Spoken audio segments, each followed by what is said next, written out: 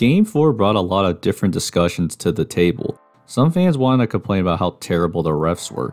Others were talking about the Giannis block being the second greatest block of all time, or the fact that Chris Paul sold late in the fourth quarter with 2 crucial turnovers and wasted Devin Booker's 40-point performance. But what was lost in all of this was the fact that the Bucks used a variation of one unstoppable play used by the Suns to win this game. Before I show that, there needs to be a little bit of context. In Game 3, Devin Booker played one of the worst games of his career, and a lot of it was because he was settling for too many threes instead of attacking the basket. Out of his 14 shots, he shot 7 3-pointers and only made 1 of them. In the pick and rolls, he wasn't looking to get to the elbow, but rather settle for deep threes, which threw him out of his rhythm.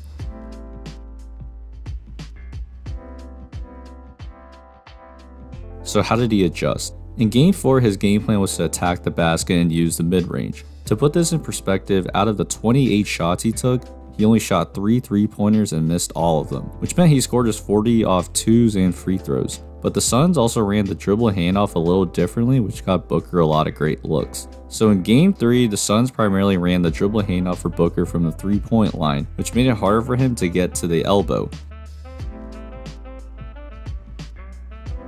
So how did they adjust? Instead of running it at the 3-point line, the Suns ran the dribble handoff closer to the basket, and this allowed Booker to get to a spot faster, and he continued to punish the Bucks. With the defender trailing Booker, it's harder for them to affect a shot when Booker's already at a spot, and this became the Suns' money play.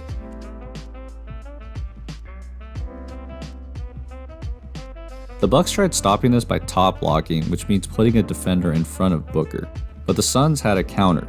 Notice how Booker sets his screen to allow Cam Johnson to float to the corner, but he drops the pass. Even though Holiday recovers to Cam, the worst case scenario is now that Booker gets a better matchup in PJ Tucker and will most likely play pick and roll with DeAndre Ayton.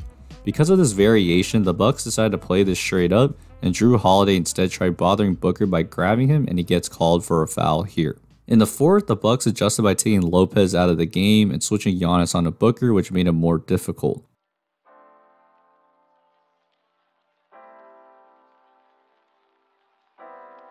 But since the Bucks realized how powerful this play was, they ran it as well, with Giannis doing the handoff with Middleton, and he gets a wide open look, which leads us to the final 2 minutes of the game. Since Lopez is not in the game, the Bucks run a variation of the Suns dribble handoff. Holiday replaces Lopez's spot, and instead of having him screen, he acts like he's taking the handoff, but it's to help clear space for Middleton to take the ball, and he gets a step ahead of Bridges and scores. With the game tied, the Bucks run the same variation again. Bridges does a great job not allowing Middleton to use the screen, but Giannis blocks him out to create space for Chris, and he knocks down the jumper again.